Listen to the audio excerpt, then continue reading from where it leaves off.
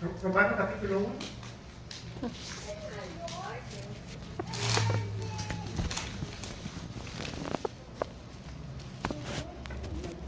Vamos a leer el versículo 1 en adelante.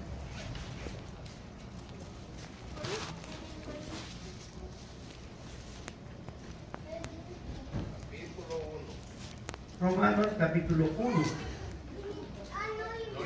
Romanos está después del libro de los Hechos. Está antes de Primera de Corintios. ¿Ya vieron? Hoy están rápidos en su Biblia. Bueno, me gusta. Bien afilados. Tan afilados. Pues sí, como ya tenemos un rato de no congregarnos, pienso que en la casa estuvieron afilándose, ¿verdad? Hay que aprovechar. Así que vamos a leer Romanos 1:1. Dice la palabra del Señor en el nombre de Jesús. Pablo, siervo de Jesucristo, llamado a ser apóstol, apartado para el Evangelio de Dios, que Él había prometido antes por sus profetas en las Santas Escrituras, acerca de su Hijo, nuestro Señor Jesucristo, que era del linaje de David según la carne, que fue declarado Hijo de Dios con poder, según el Espíritu de Santidad, por la resurrección de entre los muertos, y por quien recibimos la gracia y el apostolado para la obediencia a la fe en todas las naciones, por amor de su nombre, entre las cuales estáis también vosotros llamados a ser de Jesucristo. Ahí. Pueden sentarse. Si quieren, si no se quedan ahí para mí. Es que siente que se va a dormir, no es para. Sí, pare. El problema es que a veces nos paramos y está parados también nos dormimos. Pero que el borracho es maduro, no me vale que eso se no vaya a ser. Bueno, vamos a hablar, hermano, en esta noche acerca del Evangelio. Gloria a Dios. Sí. Comienza el apóstol con poniendo nombre, Pablo. ¿Quién era Pablo? Pablo fue un hombre perseguidor de la iglesia. Era hebreo de hebreos. En cuanto, hermanos, a la ley, dice que era fariseo. O sea, era un hombre completamente dotado de mucha inteligencia. Era un hombre, Pablo era un hombre inteligente. Pero cuando él estaba persiguiendo la iglesia, Dios se le aparece en el camino y la pregunta que le hace la voz que oye dice: Saulo, Saulo, ¿por qué me persigues? Entonces, cuando Dios se le aparece a Saulo, él era un hombre perseguidor de la iglesia. Él mismo lo testifica en el libro de una de sus cartas que dice. Yo antes dice que era perseguidor de la iglesia. Ahora lo vemos aquí, dice, ya no era un perseguidor de la iglesia, sino que dice Pablo, siervo de Jesucristo. Ya se identifica a él como un servidor de Jesucristo. Dice, siervo de Jesucristo, llamado a ser apóstol. O sea, fue llamado para ser apóstol. ¿Te vomitaste? Fíjese que el Evangelio, cuando el Señor dio el mandamiento a los apóstoles, les dice: ir por todo el mundo. Ir por todo el mundo y predicar el Evangelio a toda criatura. El Evangelio tenía que ser esparcido por todo el mundo. Pero los israelitas, los apóstoles se quedaron solamente en Jerusalén. Y no salieron a cumplir el mandamiento de llevar el Evangelio por todo el mundo. Entonces Dios lo que hace es, para que este Evangelio se expanda, mete a los seguidores de Jesús en Jerusalén a una persecución. Se levanta una persecución en la que primero muere Esteban, luego muere Jacob, y todos son esparcidos. encontramos ahí a Felipe en Samaria predicando el Evangelio porque salieron huyendo. Solamente los apóstoles se quedaron en Jerusalén. Pero todos los demás salieron huyendo para que el Evangelio se esparciera por todo el mundo. Entonces, el Evangelio, pero en sí, ¿qué es el Evangelio? ¿Qué es para nosotros el Evangelio? ¿Qué la Biblia dice que es el Evangelio? El reino de Dios. El hermano dice que el Evangelio es el reino de Dios. ¿Cómo se le dice? Pablo, llamado a ser apóstol, apartado para el Evangelio de Dios. ¿De quién es el Evangelio? Es de Dios. El Evangelio es de Dios, no es de nadie más. Ahora existen muchas, o han existido muchas personas que se han levantado con muchos seguidores predicando Evangelio distinto. Pero el Evangelio no es de nadie más, es el Evangelio de Dios. Y el Evangelio es una promesa. Quítatelo, pues. Pero sí que Dios lo había prometido en las Santas Escrituras, según dice Romanos 1:1, dice que Él había prometido antes por sus profetas en las Santas Escrituras. El Evangelio es una promesa. Dios lo había prometido en las Santas Escrituras según los apóstoles. Predicado por los profetas y anunciado aún desde la época en que Adán regresa. Cuando Adán regresa, Dios da una promesa.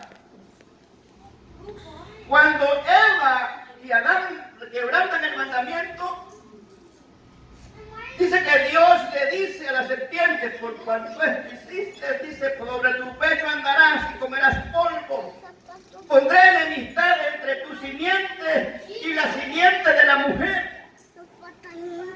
Ella te herirá en la cabeza y tú le herirás en el calcañar. A partir de ahí hay una promesa que la simiente de la mujer iba a tener una contienda con la simiente de la serpiente. Después de esa promesa que da a Adán, dice en el principio Adán fue sacado del huerto. Pero antes de sacarlo, cuando Eva es hecha, Dios le puso como nombre, Adán le puso como nombre a la mujer varona. Cuando dijo Adán, esta dice el hueso de mis huesos y carne de mi carne, por tanto será llamada varona. Entonces la mujer, cuando fue hecha, Adán le puso varona, no le puso Eva. Entonces cuando Adán dice esto ahora, hueso de mi hueso y carne de mi carne, será llamada varona. Pero cuando Dios da la promesa de que de la descendencia de la mujer iba a salir el que iba a rescatar lo que se había perdido en el huerto, Adán le cambia nombre. Y dice, será llamada Eva, porque será llamada madre de los vivientes. O sea, a Eva, Adán le cambia nombre cuando son destituidos del huerto. Porque a partir de ahí empieza la descendencia que se ve. Todos tenemos la descendencia de Adán, todos los seres humanos. Porque la paga del pecado es la muerte. Entonces, cuando Adán regresa, la muerte de Adán nos traspasó a todos los hombres. Y para que esa muerte que nos traspasó a todos es que vino Jesucristo. Para que lo que Adán había perdido por medio de su pecado en el huerto, Jesucristo viniera a rescatar lo que se había perdido. Eso es lo que dijo el Señor. Él había venido a buscar y a salvar lo que se había perdido. Entonces todos los humanos, todas las personas, cuando nacen con el pecado que fue efectuado en el huerto del Edén. Dice la Escritura que en Adán todos los hombres mueren. Todos traemos la naturaleza de Adán. Entonces, para que en nosotros hubiera salvación, hubo necesidad de promesa. Y esa promesa la había hecho Dios desde el antiguo tiempo a los padres, de que de la simiente de la mujer saldría un Salvador. Fíjense, Según la Escritura, Jesús era hijo de David. David, de la descendencia de David, tenía que salir el Salvador prometido, de la descendencia de David. Y de esa descendencia viene José, el marido de María. Pero José no era el papá de Jesús. Si José era de descendencia de David y Jesús no era hijo de José, entonces ¿de dónde es que Jesús es hijo de David?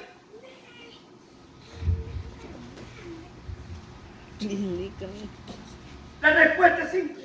Porque María era también descendiente de David. Entonces, Jesús es hijo de David por la descendencia de María. Por eso es que Jesús es hijo de David, no por la descendencia de José. Porque José no era el papá de Jesús. Era, pues podríamos decirle, como decimos nosotros, era el padre. O sea, era el papá de Jesús, pero papá de crianza, no porque José lo haya engendrado. Dice que José, cuando supo que María estaba embarazada, él dice secretamente mejor irse. No quiso meter en problemas a María, sino que mejor pensó deshacer el contrato de matrimonio que había hecho, ¿verdad? Para no causarle problemas a la mujer. Pero cuando él piensa eso, dice la Escritura que un ángel le dijo a José: no temas de recibir a María por tu mujer, porque lo que es engendrado en ella del Espíritu Santo es. Entonces el Padre de Jesús era el Espíritu Santo. La otra cobija. El Padre de Jesús era el Espíritu Santo. Cuando el ángel le dice que va a quedar embarazada, dice, ¿cómo puede ser eso posible? Si no he conocido varón. O sea, era una virgen. Significa que nunca ha tenido relaciones sexuales. Eso significa virgen. Aunque en el catolicismo le dan otro sentido. A virgen le llaman a una mujer que la gente no. Pero virgen es una persona que no ha tenido relaciones sexuales, ya sea hombre o sea mujer, porque hay hombres que también son vírgenes. De otros lados, hombres, hay hombre que es virgen y hay mujer que es virgen.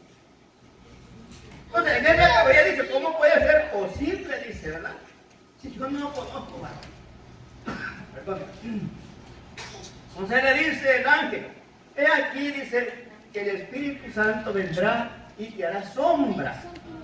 Te hará sombra. Y lo que nacerá de ti será llamado Santo al Señor. Y será llamado Hijo del Altísimo. Entonces el Padre de Jesús no era José, sino que el Padre de Jesús era el Espíritu Santo. Entonces por eso es que Jesús, de la línea de la mujer, es que sale Jesús siendo hijo de David. Entonces la mujer, porque lo que decía en Génesis dice que de la simiente de la mujer pondría enemistad entre la simiente de la serpiente y la simiente de la mujer era María. María era la mujer de la que estaba hablando. El Señor cuando le promete a Adán un redentor. Fíjense que ellos se hacen delantales de hojas. Se cubren sus partes íntimas con hojas. Pero no piensa usted que con el tiempo las hojas iban a secar. Entonces Dios lo que hace es que hace un sacrificio. Dios mata animales para hacerles a ellos vestiduras de animales, les hace trajes especiales para cubrir su vergüenza. Y les da la promesa de que iba, de la simiente de la mujer iba a salir alguien que iba a destruir la simiente de la serpiente. Cuando nace Jesús, entonces, según la profecía de que Jesús iba a nacer, dice que he aquí que la Virgen concebirá y dará a luz un hijo y llamará su nombre Emmanuel, que declarado es Dios con nosotros. Entonces lo que hace Dios es que prepara ese tabernáculo, ese cuerpo, ese ser humano para venir a habitar entre los hombres. Jesús, cuando el ángel le pone el nombre, dice, llamará de su nombre Jesús, porque Él salvará al pueblo de sus pecados. Entonces el evangelio que nosotros tenemos que predicar es el evangelio de Jesucristo. O sea, es el ministerio que Jesús vino a hacer a la tierra. Él vino a entregar su vida, vino a derramar su sangre en la cruz para que todos los que teníamos la naturaleza de Adán tuviésemos la oportunidad de ser la simiente del Hijo de Dios. Jesús no tuvo hijos terrenales, así como nosotros que tenemos hijos. Él no tuvo descendencia terrenal, pero por su sacrificio, dice la Escritura, a los suyos vino, pero los suyos no le recibieron. Pero a los que le recibieron, les dio potestad de ser llamados hijos de Dios. Entonces, toda la descendencia de Jesús está regada por todo el mundo. O sea, Él no tuvo hijos así engendrados carnalmente, pero todos los hijos que tiene Jesús es por el sacrificio que Él hizo, habiéndolo nosotros aceptado a Él como Salvador personal. Entonces la predicación del Evangelio es eso, presentar a Jesucristo como el camino que Dios ha puesto para que los seres humanos tengamos entrada al reino de Dios. Jesús, esa es la predicación del Evangelio. Digo, vayan y prediquen por todo el mundo el Evangelio. Luego dice, el que creyere en el Evangelio, el que creyere y fuere bautizado, será salvo. Pero primero hay que creer en el Evangelio. Y para Pablo, ¿qué es el Evangelio? Dice, porque no me avergüenzo del Evangelio, porque es poder de Dios para salvación. Entonces el Evangelio es poder de Dios para salvación. Al judío primeramente, dice, y después al griego. O sea que en Jesucristo no existen las nacionalidades. En Jesucristo no existen las razas. Todas las personas están llamadas a formar parte de la iglesia de Dios. El problema es que no todas las personas aceptan el Evangelio. No todos aceptan el Evangelio. Dice aquí el apóstol, dice, acerca de su Hijo, nuestro Señor Jesucristo, que era del linaje de David según la carne, pero ya les expliqué, por la descendencia de María, no por la descendencia de José. Era hijo de David según la carne. Luego dice, que fue declarado hijo de Dios con poder según el Espíritu de Santidad por la resurrección de entre los muertos. O sea, hermanos, que la victoria del cristianismo, la victoria de la predicación del Evangelio, no es solamente el sacrificio de Jesús en la cruz, sino que la victoria del cristianismo se basa en la resurrección de Jesús. Si Jesús no hubiese resucitado, no estamos aquí nosotros reunidos. Si Jesús no hubiese resucitado, nuestra predicación es vana. Si Jesús no hubiese resucitado, nosotros saldríamos mentirosos. Pero la victoria del cristianismo está en que Jesús se levantó de los muertos. Y está la promesa de que si Él se levantó de los muertos, también nosotros seremos levantados cuando estemos muertos. Y sea el día en que el Señor venga a arrebatar la iglesia. Entonces, nosotros, la victoria nuestra, la predicación del Evangelio tiene que ser que Jesucristo vino, murió en la cruz y resucitó. No simplemente que murió y ahí quedó. No. Jesús resucitó y esa nueva vida de Jesús es la que nos permite a nosotros tener la fe, la confianza, porque el Evangelio usted tiene que creerlo por fe. Dios tiene un montón de promesas. Si el Evangelio es una promesa, la promesa está ahí. Y Dios lo que busca es personas que le crean. Porque el Evangelio es por fe. La Biblia dice que sin fe es imposible agradar a Dios. Todos los hombres antiguos, todos los que usted encuentra en la Biblia, todos caminaron por medio de la fe, siguiendo cosas de las que no habían visto, recibiendo promesas que no las recibieron ellos, pero que estaban guardadas para nosotros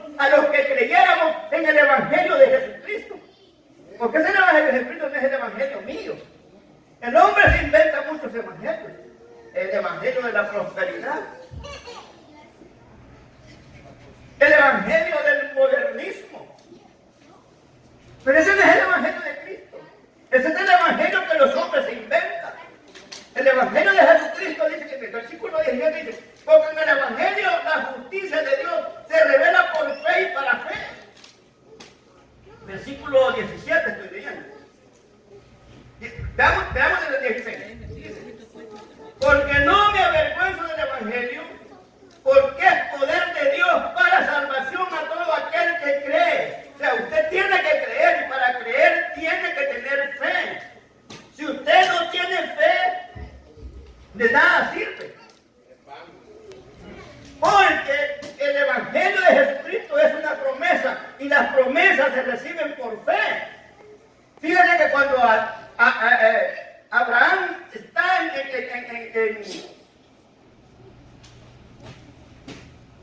en Babilonia, en Ur de los Caldeos, que Babilonia, que le dice, sal de tu tierra, le dice a Abraham, y de tu parentela, a la tierra que yo te voy a mostrar. Y Abraham salió de su familia, salió de su lugar, sin saber a dónde iba, desde la Escritura. Entonces, eso se llama fe. Dice la Escritura que por fe Abraham se le llamó hijo de Dios. Por la fe Isaac recibió promesas, por la fe Sara recibió promesas, por la fe Jefté, por la fe Salomón. Si usted ve, el libro de los Hebreos nos da un montón de testigos que los que siguieron a Jesús fue por la fe.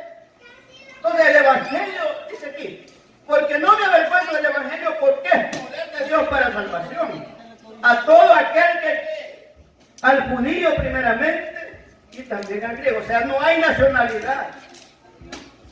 Para estar en el evangelio no existe la nacionalidad. Dice, porque el evangelio, la justicia de Dios se revela por fe y para fe. Como está escrito, mas el justo por la fe vivirá. Entonces el evangelio se recibe por fe.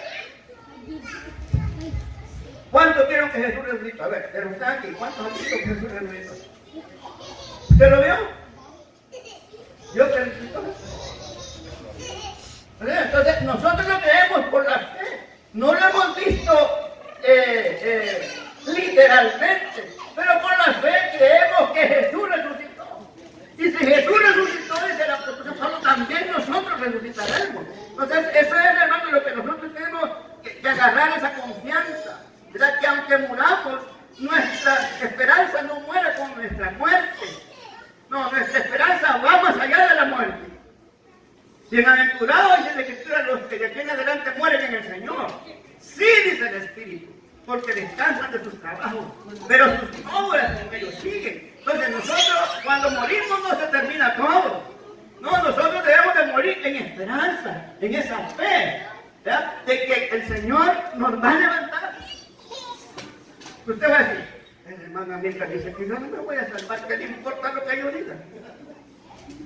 Soy un ser humano. No, yo no tengo la llave. ¿Y sabe cuál es el problema? Nosotros seres humanos, que nos hacemos dueños de la salvación. Nosotros salvamos a uno y condenamos a otro. Oiga, eso no está escrito en el Evangelio de Jesucristo. No, Señor. En el Evangelio de Jesucristo dice que Él no quebró la caña cascada, ni apagó el pan y lo humea. ¿Qué quiere decir eso? Que Él vino, y para los fariseos, una persona no servía, inmediatamente lo condenaban. Jesús no vino en esa condición. Jesús vino a mostrar amor, bondad, fe, mansedumbre, templanza. El Evangelio de Jesucristo es eso. No es lo que el ser humano diga. Miren, ¿sabe qué pasa? Que el ser humano al Evangelio le pone reglas. Nosotros los mal llamados predicadores en sus iglesias ponen un montón de reglas que si usted no cumple esta regla no se va a salvar. Si usted no cumple esta otra regla se va a condenar. Si usted no cumple esta otra regla usted no va a ir al reino de los cielos. Señores, el Evangelio no son reglas. Los seres humanos somos los que ponemos reglas para que la persona se salve. El Señor no hizo eso. Dijo el Señor, yo no les voy a juzgar en aquel día. Entonces el Evangelio no son reglas, el Evangelio es poder de Dios para salvación. Entonces nosotros tenemos que predicar la salvación a las personas. Pero ahora es decisión de cada uno si se quiere salvar o no se quiere salvar. Esa es decisión personal. Pero la predicación del Evangelio es que Jesucristo vino a morir, a buscar y a salvar lo que se había perdido. Pero hoy no, usted para ser parte de la iglesia, si no se viste de esta forma, usted no es nada. Si no se pone esto, usted no sirve. Si usted no anda de esta forma, no sirve. El Evangelio no son reglas, como repetir, no son reglas humanas. El Evangelio es poder de Dios para salvación. El que se va a encargar de condenar es el Señor, nosotros no. El Señor le dijo a Pedro, a ti te daré las llaves del reino de los cielos. No le dio las llaves del infierno. No, yo guarde, si me da las llaves del infierno a mí, por Dios que no tuviera ninguno de ustedes aquí.